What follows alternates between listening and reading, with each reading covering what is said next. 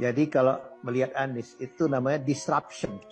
Jadi Luar Anies itu biasa. disruption itu begini. Tahu kenapa online muncul?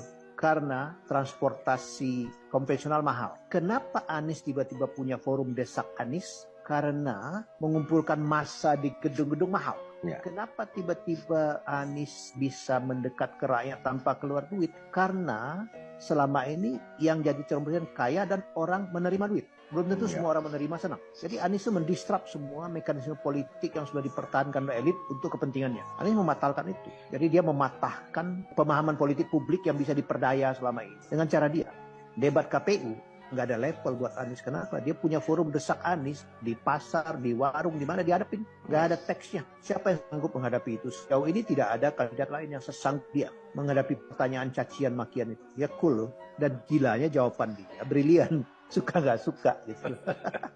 Jadi misalnya begini, bahwa belanja digital paling besar itu 02. Tapi begitu Anies masuk ke TikTok dengan Anies Bubble, nggak pakai belanja, 12,7 juta. Itu menggetarkan semua orang yang mengklaim jago di dunia digital selama ini. Ya, kedua adalah menganggap bahwa anak-anak Gen Z, orang-orang yang tidak kritis dan bisa dimobilisasi dengan mudah dan menerima politik simbolik. Apa itu politik simbolik? Dengan meletakkan Gibran sebagai cawapres, dianggap simbolik mewakili mereka. Ternyata tidak gitu kan, nggak semua kan. Buktinya Anies oke aja tuh.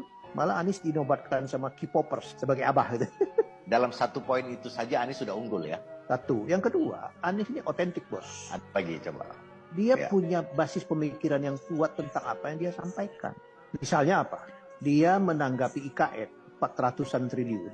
Terus dia mengatakan mengupgrade kota baru. Diketawakan kan? Ingat loh ya, tadi malam debat di Kadin, dia menyampaikan hal yang sama dengan elaborasi lebih jauh. Dan kalian happy. Jadi artinya apa? Rasional itu barang. Daripada kamu cemplungin duit ke hutan belantara nggak ada penduduknya 400 triliun, mending mengupgrade 10 kota masing-masing 40 triliun dan sudah ada marketnya. Investornya bisa masuk, kehidupannya bisa berkembang. Jadi apa yang dia omongan tuh bukan sekedar jawaban bersidak lidah karena ditanya. Dia punya basis pemikiran yang kuat tentang itu gitu. Otentik kan dia. Otentifikasi itu barang penting bos. Karena menunjukkan bobot, menunjukkan konsistensi, menunjukkan arah yang dia mau tuju. Jadi buat saya integritas, kemampuan otentifikasi dan disruption-nya itu gabungan yang tidak bisa dengan mudah diikuti atau ditiru gitu. Sekarang Desa Anies itu kan forum otentik. Coba ada kandidat lain yang berani yang sama. Sampai hari ini nggak ada loh, nggak ada. Dan dia tidak pilih kota, dia tidak pilih protokoler juga. Di Solo Anies makan di sawah bersama ibu-ibu, makan nasi bungkus.